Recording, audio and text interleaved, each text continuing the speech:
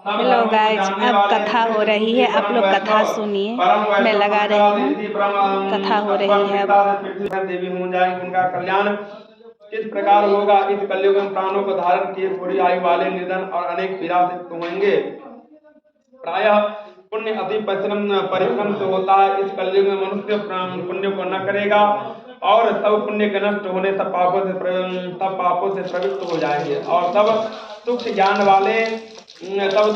वाले हो जाएंगे और तब तुच्छ ज्ञान वाले मनुष्य अपने वंश सहित नष्ट हो जाएंगे। तो हे सूची, इस तरह अल्प परिश्रम, थोड़े से धन और कुछ ही समय पुण्य प्राप्त हो, ऐसा उपाय हम लोगों से वर्णन कीजिए। जिसके उपदेश से वह पुण्य पाप करता है वह उसका भागी होता है। पुण्य का उपदेश देने वाला दयावान और कपट रहित निष्पाप यह निर्विरोधी होता है। यह मनुष्य नारायण के समान है। मनुष्य नारायण के समान है। संसार में जो ज्ञानी हो कपट हो जाएंगे और समान जो संसार में ज्ञानी होगा दूसरे ज्ञान एवं संतोष नहीं देते हम संतोष हम उन्हें मनुष्य रूप धारण के नारायण ज्ञान एवं संतोष देते हैं। हम दूसरे को संतोष देते हम उन्हें मनुष्य रूप धारण किए नारायण ही जाने। हे महामते, ऐसा कौन सा व्रत है जिसके करने से मनवांछित फल प्राप्त हुआ, हम लोगों की सुनने की इच्छा है। मुनिश्रेष्ठ, आप वेद और वेदांत के ज्ञाता, आप जैसा दूसरा वक्ता कोई नहीं दिखता, क्योंकि त्रिदेव व्यास जी के आप सिद्ध हैं। जी बोले, हे मुनिश्रेष्ठ, तुम धन्य हो, तुम ही वैष्णव में भी अग्रगण्य हो, कारण कि तुम सब प्राणियों का सदैव हित चाहते हो। सौनक सुनो, मैं आपसे उत्तम व्रत कहूंगा। जिस वर्ष नारद जी लक्ष्मण जी भगवान से पूछा था और जिस प्रकार पूछा था और जिस प्रकार भगवान नारद जी ने कहा कि सावधान होकर सुनो। प्रेम सत्यनारायण भगवान की जय। फूल चढ़ा दिया, अपने के चढ़ा देते।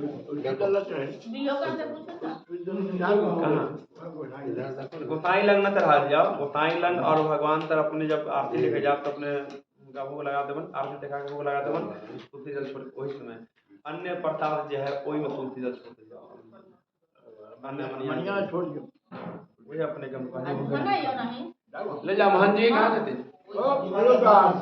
महन जी के बोलिए या उनके दे दो तुलसी जल, उनका दे दो छोड़ मनिया तुलसी जल छोड़ दिया। अब द्वितीय अध्याय, फिर फूल अपने ले जाओ, फिर फूल ले जाओ अपने।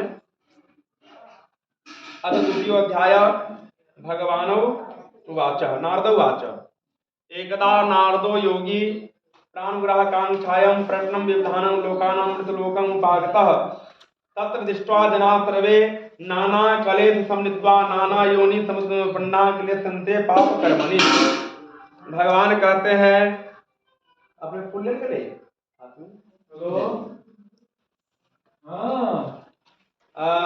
नारद जी कहते हैं कि एक समय में नारद जी समस्त प्राणियों के हित की इच्छा से अनेक लोकों में घूमते हुए मृतलोक में आए। यहाँ उन्होंने देखा कि सब प्राणी यहाँ उन्होंने कहाँ डाला हुआ तू फूल अभी मंगैली है। अब देखा फिर भंडार भर गए। अनेक योनि उत्पन्न हुए, पाप दुख भैया देकर विचार किया इन लोगों का दुख किस प्रकार से दूर हो, ऐसा नहीं विचार कर विष्णु लोक को चले। यहाँ उन्होंने देखा कि शुक्लवर जिनको 4 भुजाएं शंख और चक्र को धारण किया वनमाला से, तो भी नारायण उनको देखकर स्तुति कर। नाराज जी बोले कि समर्थ में क्या फल है, पूर्व में कितने किया था, कितने करना चाहिए, आप विस्तार पूर्वक कहिए।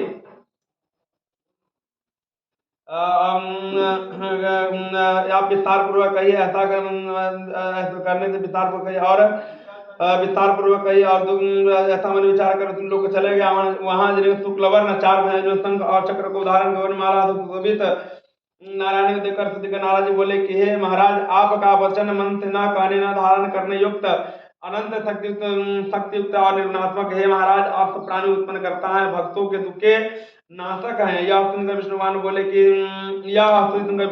बोले कि तुम किस काम से आए हो, तुम्हारे मन में क्या है, हमसे कहो, हम कहेंगे, हमसे जो प्रश्न पूछोगे वह हम सब कहेंगे। नारद जी भगवान बोले कि हे समस्त जन कृपा कर, तुमने बहुत अच्छा प्रश्न पूछा है, जिसके करने से मनुष्य को मोह छूट जाए ऐसा उपाय कहता हूँ। हे नारद, जो वर्त तीनों लोकों में अति दुर्लभ है वह आज आपके कहने से प्रकाशित सत्यनारायण का व्रत है, जिसके विधि पूर्वक करने से इस लोक में सुख पाकर परलोक में मोक्ष मिलता है। यह सुनकर नारद जी बोले, इस वर्ष में क्या फल है, पूर्व में किसने किया था, किस समय करना चाहिए, आप विस्तार पूर्वक कहिए।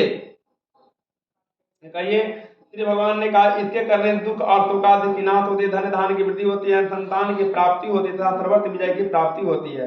इस वर्ष को किसी भी सायंकाल सत्यनारायण का पूजन करे, भाई बंधु ब्राह्मणों के साथ धर्म में नैवेद्य भोग लगावे, केले का फल घी दूध गेहूं का चूर्ण लावे, गेहूं का चूर्ण न हो तो चावल का चूर्ण खार दवा गुड़ मिलावे, तवा पांव या तवा सिर के हिसाब से मिलाकर भक्ति से सत्यनारायण का भगवान का नैवेद्य भोग लगावे, बंधुओं के साथ ब्राह्मणों को दक्षिणा दे, तद अंतर सब रोजगार सत्यनारायण भगवान का आस्मरण करते अपने घर जावे। इस प्रकार से व्रत करने में मनवांछित फल होता है। विशेषकर इस कलिकाल में पृथ्वी इससे बढ़कर दूसरा कोई उपाय नहीं। हे नारद, जिन्होंने इस व्रत को किया था वह कथा सुनो। काशीपुरी में एक निर्धन शांतानंद नामक ब्राह्मण था।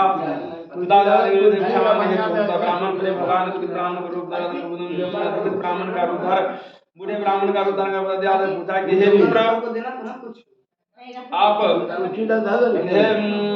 आप किस कारण प्रतिनिधित्व करते या मान सुनने की इच्छा थी, आपकी इच्छा तो कहिए। ब्राह्मण बोला, मैं अत्यंत दरिद्र हूँ, भिक्षा के लिए पृथ्वी भ्रमण करता हूँ, यदि आप कुछ जानते हो कृपया कर पूर्ण रूप से कहिए। ब्राह्मण बोले कि हे श्रेष्ठ मनुष्यों को सिद्ध करने वाला उत्तम सत्यनारायण का व्रत करो, जिसके करने से मनुष्य शब्द को छूट जाते हैं। ब्राह्मण सत्यनारायण देव ने व्रत के विधान ब्राह्मण को अंदर ध्यान हो गए। तद अंतर ब्राह्मण शांतानंद में निश्चय किया, मैं कल सत्यनारायण का व्रत अवश्य करूंगा। इसी चिंता से ब्राह्मण को रात भर नींद नहीं आई, तो यह निश्चय किया मैं सत्यनारायण का व्रत अवश्य करूंगा। यह संकल्प भिक्षा मांगने गया। उस दिनों से अधिक धर्म मिला। धर्म से अपने भाई बंधुओं के साथ सत्यनारायण का व्रत किया। व्रत के प्रभाव से वह सब क्रोध छूटकर सब युक्त हो गया और माना जाने सभी ब्राह्मण हर महीने व्रत करने लगे। भगवान ने कहा, शांतानंद द्वारा कर सत्यनारायण का पूजन कर जान को जो मनुष्य व्रत को करता है वह सब पापों से छूटकर मुक्त को पा जाता है,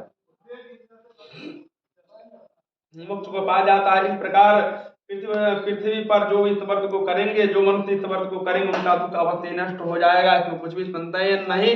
प्रिय सत्यनारायण भगवान की जय। खुश रह जाओ।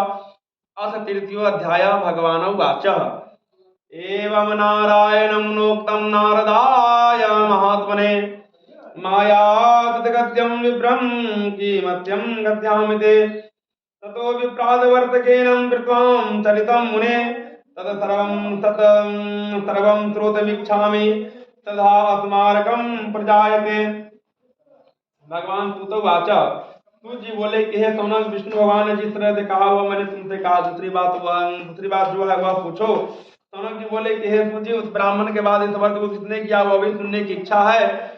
सूत जी बोले कि हे मुनियों, जिसने इस व्रत को किया हुआ वह सुनिए। एक समय वह द्विज निधर्मान जिन बंधुओं के हाथ व्रत करने को लकड़हारा आया। भूख प्यास काट के बाद से बाहर ब्राह्मण घर में जाकर व्रत करता हुआ देखा। नम्रता से हाथ जोड़कर प्रणाम कर बोला, आप यह क्या करते थे, करने से क्या फल होता है, यह विस्तार पूर्वक कहिए।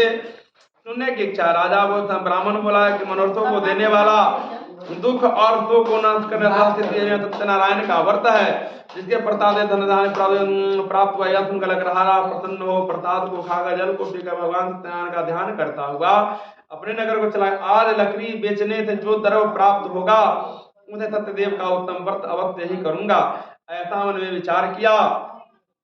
उसने लकड़ी को सिर पर रखा। जहां धनी लोग रहते थे उस नगर में गया। उस दिन लकड़हारे को दुन्ना द्रव्य प्राप्त हुआ। वह अत्यंत प्रसन्न सुंदर केले का फल, शक्कर, दूध, घी, गेहूं का चूर्ण सबको तवाई लेकर घर में आकर भाई बंधुओं को बुलाकर भी सत्यनारायण का वर्ष के प्रभाव से लकड़हारा धन पुत्र युक्त हो गया और इस लोक सुख पाकर सत्य लोक को चला गया। श्री सत्यनारायण भगवान की जय। पुष्प चढ़ा दिल जाओ जी। अथ चतुर्थ अध्याय उवाच,